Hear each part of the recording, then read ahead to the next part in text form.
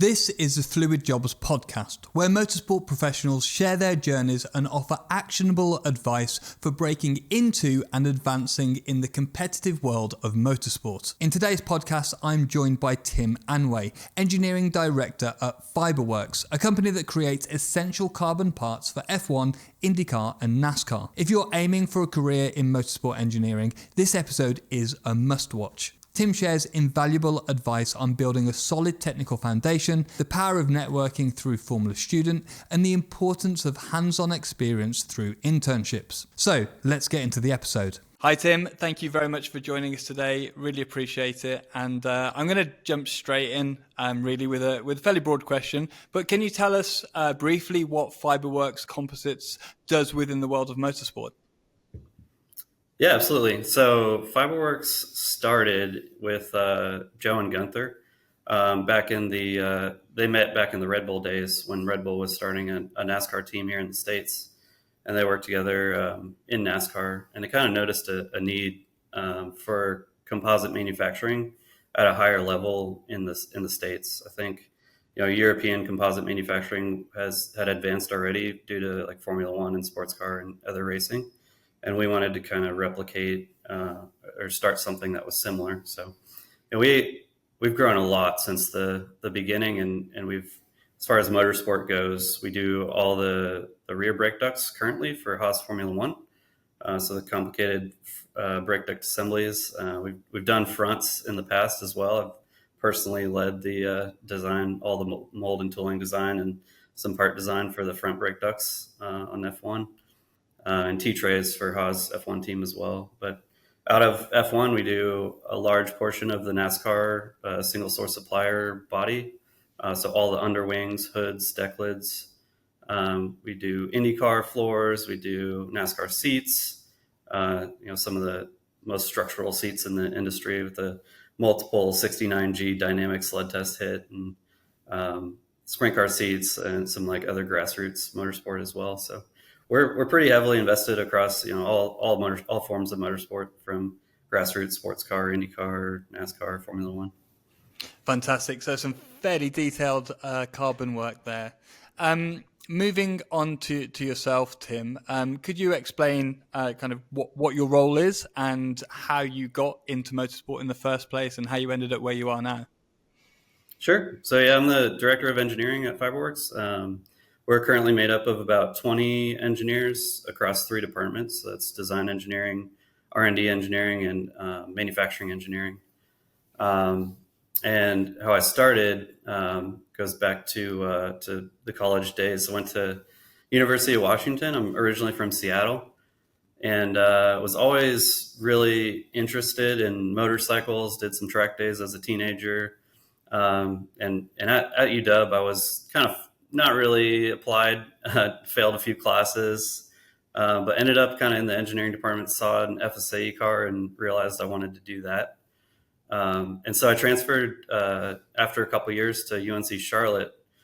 Kind of got lucky. Didn't realize at the time that UNC Charlotte was like in this big hub of motorsport in the United States for all the NASCAR teams. Was really just interested in doing FSAE and found a team on the East Coast that did FSAE cars and Formula Student, right, in the UK. Yeah, Formula Student. Yep. And so that was a great starting point. Met David George, who was a good engine engineer that worked at Honda HPD, worked in Formula One, Cosworth, I think, and met another engineer, Kel Kirby, who helped me get my first job at Michael Waltrip Racing, which is a NASCAR team that had a pretty heavy engineering influence at the time. Which was unique for that time. I think that was kind of right when teams started really investing in engineering, and so it was a good place to learn. Was a design engineer for Michael Waltrip for 3 years until they folded. Worked on a lot of different aspects of the car, and then when they went out of business, Joe and Guenther picked me up at Fiberworks. I think at the time, Fiberworks was about 25 employees. And they brought me in to bring out experience with CATIA software. So I kind of started CATIA for the engineering group there. And worked my way up through the company. We've been growing. It seems like we're a different company every couple of years. We just after the NASCAR contract and some other things, we've really exploded with our growth, and it's been a cool experience and a fun ride. Fantastic. Thank you for sharing that with us. And so we did our first careers seminar last week, where we had a speaker from that was formerly at Williams, who was the HR manager there. And one of the main questions that we got was around how people got their first kind of role within motorsport and what that takes. And we had our opinions around that and the dedication that it might require, and a bit of luck as well, I suppose. But can you just talk us through that initial step where you got your first actual role within motorsport? Yeah. No, I think you definitely need to have a solid technical background, like all the engineering basics, statics, dynamics, thermodynamics, et cetera. The technical skills, I think, is kind of tailored to what you're interested in. Design engineering, obviously you want to have good CAD experience. But yeah, I think for me personally, getting into motorsport, it was like being in that environment around all of the teams really helped. And knowing engineers that did internships and went to NASCAR teams, really helped get in, because having those relationships with the engineers, maybe a year or two ahead of you, which you get exposed to doing Formula SAE, really helps. They understand your skill sets, and that kind of gets you over the barrier of maybe someone that they're going in blind to interview. Okay, so I'm getting a couple of things from that. Then you're saying network is important. Having the technical background, of course, is kind of a given. What was it primarily Formula student that how you grew your network, and speaking to those engineers who were a couple of years ahead of you? Was that the primary focus? Can you give us a kind of practical example of how you might have outreached somebody or got in front of somebody? Yeah, definitely. Yeah, I think Formula student is big. That's something we look for specifically when we're hiring too. It's a massive. It helps a lot going, because like those people that do Formula student have the work ethic to go above and beyond and do more than just your typical like college course load.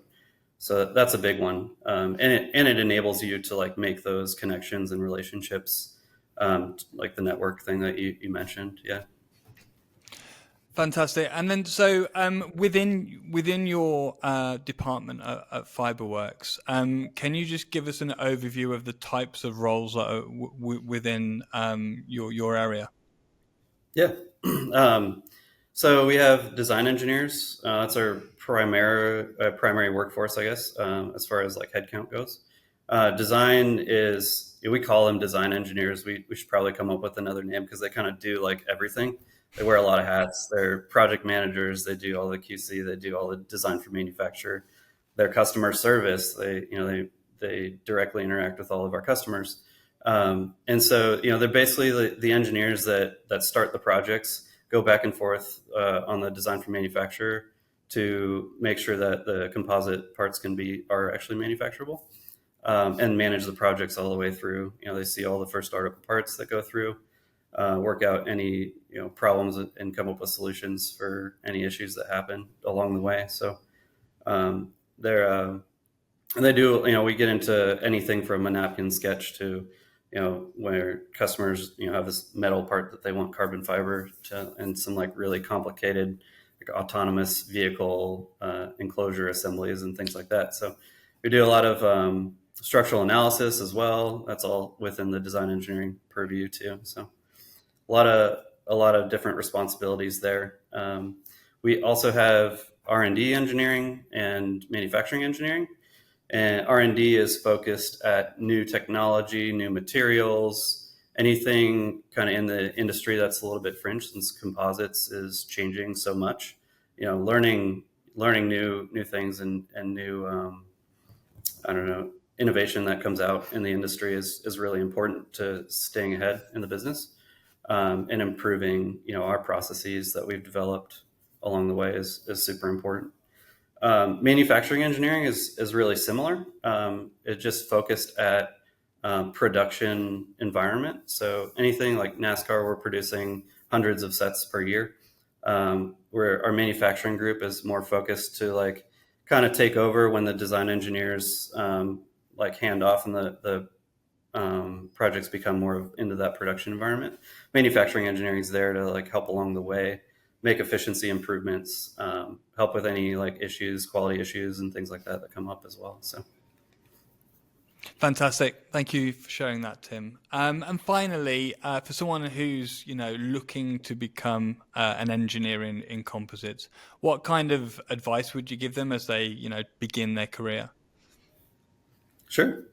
Yeah. So composites is definitely under taught in colleges. I would say there's not a whole lot, and maybe there's more in the UK and in Europe.